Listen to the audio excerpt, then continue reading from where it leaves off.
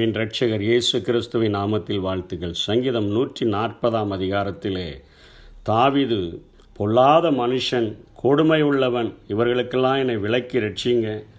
இருதயத்தில் பொல்லாப்புகளை சிந்திக்கிறாங்க. அந்த சிந்தனைகள் நாள்தோறும் எனக்கு யுத்தம் செய்யும்படியாய் சிந்தித்து கூட்டம் கூடுறாங்க. சர்ப்பத்தை போல தங்கள் நாவை கூர்மையாக்கி உதடுகளின் கீழே விரியன் பாம்பின் விஷத்தை வச்சுட்டு வர்றாங்க. துன்மார்க்கனுடைய கைக்கும் கொடியவனுக்கு என்னை விளக்குங்க. என் நடைகளை கவிழ்க்க பார்க்குறாங்க. அகங்காரி எனக்கு கண்ணி வைக்கிறாங்க, கயிறு வைக்கிறாங்க, வழியிலே வளைய விரிக்கிறாங்க, சுருக்கு வைக்கிறாங்க.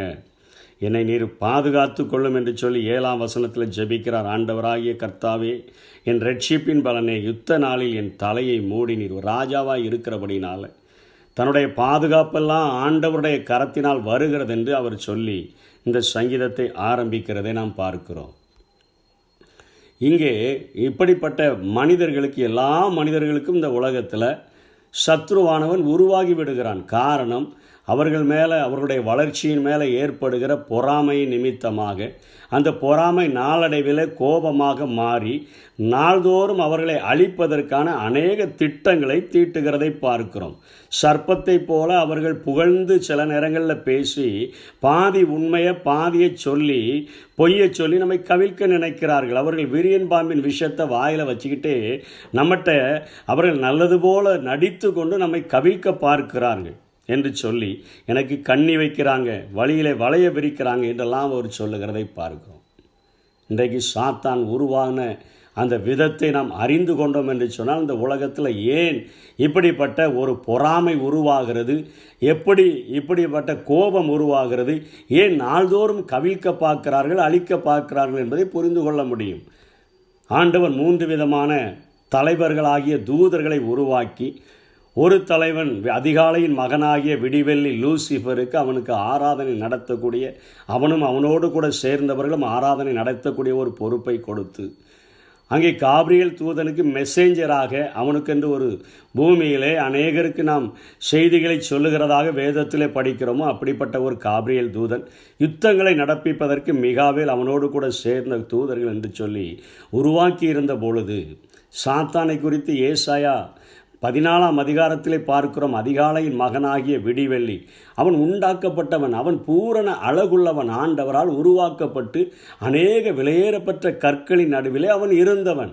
அப்படிப்பட்டவன், வானத்துக்கு நான் ஏறுவேன், உன்னதமானவருக்கு ஒப்பாவேன், நான் நட்சத்திரங்களுக்கு மேலாக என் சிங்காசனத்தை போடுவேன் என்று சொல்லி ஆண்டவருக்கு ஒப்பாகவும் அவருக்கு மேலாகவும் மற்ற தன்னுடைய தூதர்கள் தூண்டிவிட்டபடியினாலே அவனுடைய இருதயத்தில் இன்றைக்கும் பாடுகிறவர்களுக்கு அத்தனை பெருமை உருவாகிறதே. அதே போல சாத்தான் தன்னுடைய பெருமை நிமித்தமாக அவன் இருதயத்தில் நினைத்த பொழுது அவன் ஆண்டவரால் கீழே தள்ளப்படும் பொழுது, அங்கே சொல்லப்படுகிறது, பூச்சியே உன் படுக்கை என்று சொல்லப்படுகிறது.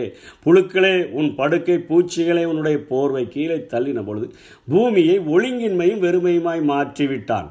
அதனால தான் ஆதியிலே ஆண்டவர் வானத்தையும் பூமியையும் நேர்த்தியாக சிருஷ்டிப்பதற்கு முன்பாக பூமியானது ஒழுங்கின்மையும் வெறுமையுமாய் இருந்தது. தேவ ஆவியானவர் ஜலத்தின் மேல் அசைவாடி கொண்டிருந்தார். சத்துருவினால் சீரழிக்கப்பட்ட பூமியை ஆண்டவர் கழுவி மீண்டும் நேர்த்தியான பூமியாக வானத்தையும் சுடர்களையும் அநேக காரியங்களையும் உருவாக்குகிறதை பார்க்கிறோம். கடைசியாக மனிதனை மண்ணினாலே உருவாக்கி அவனை ஏதேன் தோட்டத்திலே வைத்து அவனுக்கென்று பொறுப்புகளை கொடுக்கிறார். தமது சாயலின்படி தமது ரூபத்தின்படி அவனை உருவாக்கி ஒவ்வொரு நாளும் அவனோடு கூட பகலின் குளிர்ச்சியான வேளையிலே உலாவ வருகிறதை பார்க்கும் பொழுது சாத்தானுக்கு பொறாமை உண்டாகிறது. நான் விரும்பின எல்லாவற்றையும் ஒரு மனிதனுக்குள்ளாக படைத்து அவனை ஒரு விசேஷித்த படைப்பாக உருவாக்கி விட்டாரே, தமது சாயலின்படி தமது ரூபத்தின்படி. இன்னும் ஒருபடி மேலாக பவுலிடத்தில் கேட்டால் சொல்லுகிறார், உன்னதங்களில் அவரோடு கூட நம்மை உட்கார பண்ணுகிற அளவிற்கு ஒரு மிகப்பெரிய ஆசீர்வாதத்தை சாத்தான் விரும்பின அத்தனையையும் நமக்குள்ள தந்தபடியினால அன்றைக்கு முதல் மனிதனாகிய ஆதாம் ஏவாள் உருவாக்கப்பட்ட நாளிலேயே அவனுக்குள்ளாக ஒரு பொறாமை வர ஆரம்பிச்சிருச்சு. அவன் விஷம், பாம்பின், விரியன் பாம்பின் விஷம் அவனை சர்ப்பம் என்று தானே வேதம் சொல்லுது. அவன் பாதி உண்மையை பாதி பொய்யை பேசுகிறவன். அவன் மெதுவாக அவள் ஏவாளிடத்தில் பேசுகிறான். தேவன் உங்கள்கிட்ட ஏதாவது சொன்னதுண்டா? பழக்கம் பேசிட்டு அந்த அம்மாட்ட சொல்கிறான், நீங்கள் இதை புசிக்கிற நாளில் அந்த பழம் வேண்டான்னு ஆண்டவர் விலக்கி வச்சிருக்கிறாரு. நன்மை தீமை அறியத்தக்க கனி, அந்த ஒரு பழத்தை சாப்பிடக்கூடாதுங்கிறாரு. ஏன்னா நீ இதை சாப்பிடுகிற நாளில் தேவர்களைப் போல மாறிடுவீங்க. அவங்க தேவ சாயலில் தான் இருக்கிறாங்க, தேவ ரூபத்தில் தான் இருக்கிறாங்க. ஆனால் சாத்தான் போய் சொல்கிறான், தேவர்களைப் போல மாறிடுவீங்க. இன்னொரு காரியம் சொல்கிறான், நன்மை தீமை அறிந்து. நன்மை தீமை ஆண்டவர் மனிதனுக்கு முதல்ல அவன் ஜீவ விருட்சத்தின் கனியை சாப்பிட்டு என்றென்றைக்கும் உயிரோடு இருக்கணும்னு நினச்சிட்டு தான் அதுக்கு பின்பாகத்தான் அவன் நன்மை தீமை அறிய வேண்டும் என்று நினைத்தார. அவன் ஜீவ விருட்சத்தின் கனியை புசிக்கிறதுக்கு முன்னமே நன்மை தீமை அறியத்தக்க கனியை சாத்தான். அவனுடைய விரியன் பாம்பின் விஷம் அவருக்குள்ள இருந்ததுனால ஒரு கீழ்ப்படியாமை அவன் உருவாக்கி மனுக்குலத்தை கவிழ்த்து போட்டு விட்டதை வேதத்தில் பார்க்குறோம். இன்றைக்கும் தாவீது நாட்களில் மனுஷனை தூண்டி விட்டு பொறாமைய கோபத்தை நாள்தோறும் பழி வாங்கணும்னு நினச்ச அதே சாத்தான் அதே ஆயுதத்தோடு கூட தான் இன்றைக்கி நம்ம கூடயும் போராடி கொண்டே இருக்கிறான். விசுவாசி எல்லாருக்கும் இந்த போராட்டம் இருக்குது.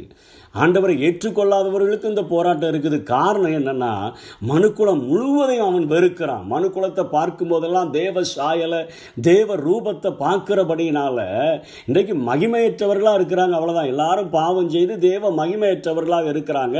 தேவ கோபத்தை இவர்கள் மேலே ஊற்றி விடணும்னு சொல்லி அவன் எவனை விழுங்கலாமோ என்று நாள்தோறும் சுற்றி வகை தேடி திரிகிறத நம் வேதத்தில் எழுதியிருக்கிறத நாம் பார்க்கிறோம். அதை உணர்ந்தவராகத்தான் சங்கீதக்காரனாகிய தாவீது சொல்றார். இப்படிப்பட்ட பிரச்சனைகளை மனிதர்களை உருவாக்குகிறான் என்று சொல்லுகிறார். இன்றைக்கு நமக்கு மனிதர்கள் அல்ல, மனிதர்களுக்கு பின்பாக இருந்து இயக்குகிற சத்துருவே நமக்கு விரோதியாக இருக்கிறான். இன்னைக்கு நமக்கு ஒருவேளை இன்றைக்கி அநேக கம்பெனிகள் நமக்கு தலைக்கவசத்தை தயாரித்து தருகிறாங்க.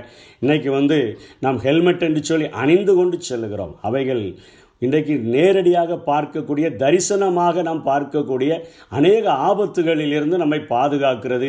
அதரிசனமான ஆபத்துகளிலிருந்து நம்மை பாதுகாப்பதற்கு தேவன் தான் நம்முடைய தலையை பாதுகாக்க வேண்டும் என்று சங்கீதக்காரன் சொல்கிறார். யுத்த நாளிலே நான் அநேக யுத்தங்களுக்கு போனேன். அநேக யுத்தங்களுக்கு போகும்போது என்னுடைய பலத்தில், என்னுடைய சூழ்ச்சியில், என்னுடைய யுத்த கலையினால் நான் ஜெயிக்கலை. நீங்கள் தான் என்னை காப்பாற்றுறீங்கன்னு சொல்கிறார்.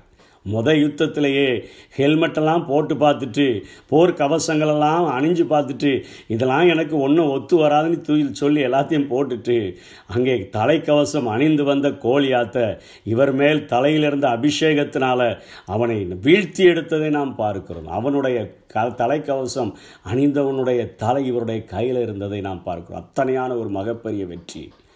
நிறைய யோதமியரை ஜெயித்தேன், அவரை ஜெயித்தேன், எல்லாவற்றிலும் தேவன் என்னை காப்பாற்றினார், எல்லா யுத்தங்களிலும் காப்பாற்றினார்.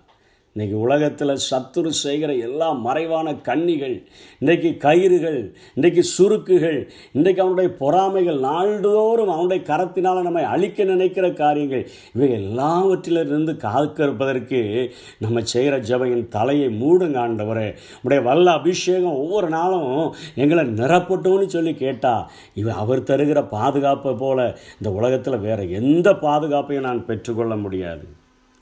10ஆம் வசனத்தில் கூட நெருப்புத்தலல் அவர்கள் மேல் விழுவதாக, அக்கினியிலும் அவர்கள் எழுந்திருக்கக்கூடாத படுகுழியிலும் தள்ளப்படுவாங்க. துன்மார்க்கர்கள், அகங்காரிகள், கொடுமைக்காரர்கள்னு சொல்கிறாங்களே, அவங்களெல்லாம் அந்த குழியில் போட்டுருங்கன்னு சொல்கிறாரு. யுத்த நாட்களில், அந்த நாட்களில் அவர்கள் தங்களுடைய எல்லா சிட்டிஸையும் மற்றவர்கள் எதிரிகள் பிடிக்கக்கூடாதுன்னு சொல்லி செவரோரங்களில் அக்கினிகளை எழுப்பியும் ஆழமான படுகுழிகளை தோண்டி வச்சு மேலே இலைகளை பரப்பி மறைச்சி வச்சு அவங்க வரும்பொழுது அந்த குழிகளுக்குள்ள விழுந்து விடுவார்கள் என்று சொல்லி, தீக்குள்ள விழுந்து விடுவார்கள், அக்னிக்குள்ள விழுந்து விடுவார்கள் என்று சொல்லி அநேக மறைவான காரியங்களை செய்து வைத்திருக்கிறது போல அவர்களுக்கு அந்த இடத்துக்குள்ள தள்ளிருங்கன்னு தாவீது சொல்றாரு. இன்றைக்கு ஆண்டவரை சாத்தானுக்கும் அவனுடைய சேர்ந்த தூதர்களுக்கும் அப்படிப்பட்ட ஒரு இடத்தை தான் ஆயத்தம் பண்ணி வச்சிருக்கிறார். ஆனால் நீதிமானோ அவரை துதித்து செம்மையானவர்கள் அவருடைய சமூகத்தில் வாசம் பண்ணுவாங்க. இந்த பூமியில் நம்ம ஆண்டவரை துதிக்கிறவர்களாக இருந்தால் அவருடைய சமூகம் நம்ம இங்கே சூழ்ந்திருக்கோம். அங்கே பரலோகத்தில் போயும் அவர் சமூகத்திலையும் அவரை துதிக்கிற ஒரு மகா பெரிய ஒரு ஆசீர்வாத பாதைக்கு ஆண்டவர் எங்களை அழைத்திருக்கிறார் என்று சொல்லி இந்த சங்கீதத்தை முடிக்கிறதை பார்க்கிறோம். மிகப்பெரிய பாதுகாப்பு.